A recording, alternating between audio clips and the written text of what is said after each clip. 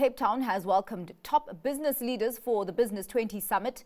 This marks the first time the B20 will be held on African soil. Since its inception in 2010, the B20 has become one of the most influential business forums linked to the G20. And this year's kicks off under the theme Inclusive Growth and Prosperity through Global Cooperation. And joining me with greater insight is Cas Coovadia, who is Sherpa for B20. Thank you so much for your time, Cas. Firstly, paint a picture of the B20's role in setting the agenda for the G20. Well, the B20 is essentially the business sort of track of the G20, and we try to sort of match the priorities of the G20. So if you look at the priority this year of the G20, it's equality, it's collaboration in a sort of global collaboration. It's looking at the restructuring of multilateral financial institutions and trade institutions. Now, those are all issues that governments need to deal with.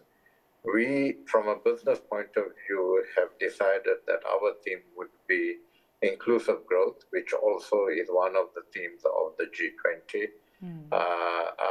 Prosperity, because we believe that inclusive growth must lead to prosperity, and within the context of a world that is collaborating, particularly given the current geopolitics that we are facing. So the B20's role is to actually develop policy proposals and recommendations to the G20 governments to create an environment where business can do profitable and sustainable business,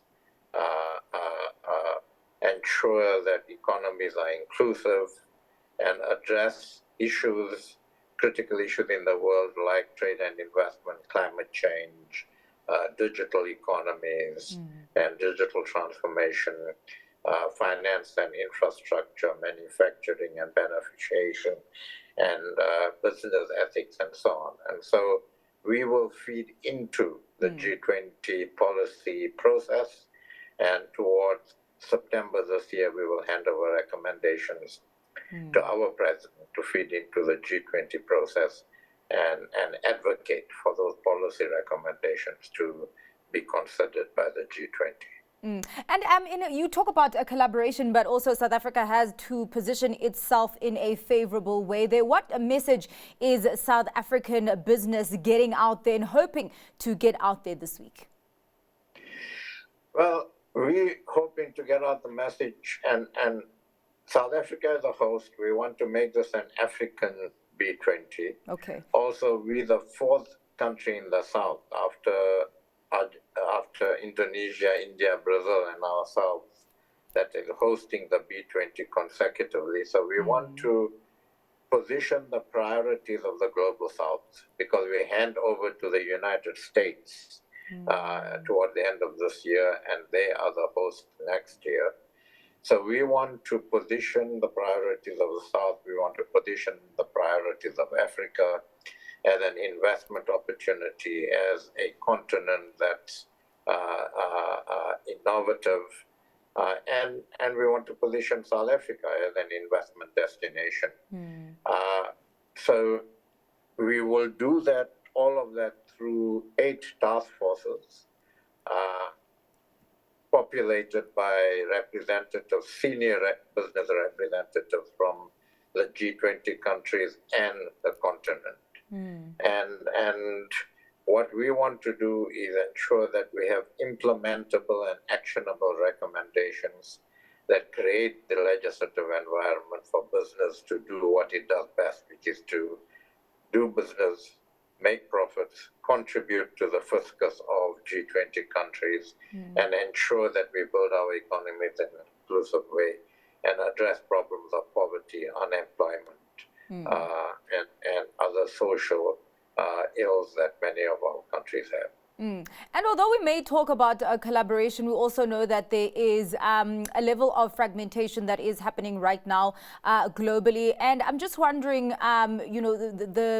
the level that geopolitics or the role that geopolitics is playing in these engagements, and particularly, I mean, you talk about handing over to America, the fact that there are tensions now seeping through in terms of the trade relationship between South Africa and America. So just talk to me about the role of geopolitics there, but also the involvement of American business in the B20. Yeah, so our counterpart in America is the American Chamber of Commerce in Washington. And I have had a number of meetings with them. In fact, one of the senior vice presidents from the American Chamber is in Cape Town attending the B20 here tomorrow. Mm-hmm. And they've assured us that American business is fully committed to the B20. So we are happy that American business, despite the politics in America at the moment, is committed to the B20. Look, the geopolitics are obviously a factor. I mean, America and some of other countries in the north are becoming more protectionist in their approach. We cannot then just open up our economies while economies stronger than us are becoming protectionist. And so we're going to have to discuss this. We're going to, in the B20, look at what is the best environment for businesses in the G20 countries to do what they need to do. And where politics are pushing against that, we will make recommendations to the politicians that politics is pushing against that, and we will identify what the repercussions of those are and try to influence the politics without getting directly involved in the politics. But we've got to. I mean, the geopolitics is a serious overlay, and we will take that into account in our consideration. Yeah. Cas, just lastly, as we wrap up the conversation, you talk about South Africa positioning itself as an investment destination, but there is a level of uncertainty that has crept in when it comes to the political landscape's impact on the country's budget, but also load shedding that has made a comeback, seeming to be a reversal of a very positive reform point. Are any of these expected to maybe filter through to the engagements, particularly from a business confidence point of view? Well, I'm sure these are factors that people will raise. On the postponement of the budget, I think the general reaction has been a guardedly positive one, to say that we are a very new government of national unity. We will have these sorts of hiccups, and we need to deal with that in a way that the government of national unity sustains itself, and I think that we're doing that. On load shedding and so on, it is worrying, given the partnership between business and government and all the work that has been done in that partnership. It is worrying that some power stations are still having problems. But business and government are working together, and certainly in the inputs, in the interaction that business has had with potential investors and investors in the country, investors are seeing as very positive the business-government partnership, and we hope that we can actually address whatever problems there are in 2 or 3 of the power stations and sort those out as quickly as possible. All right. Well, thank you so much for your time and all the best with the engagements that you are having this week on the B20. That was B20 Sherpa Cas Coovadia.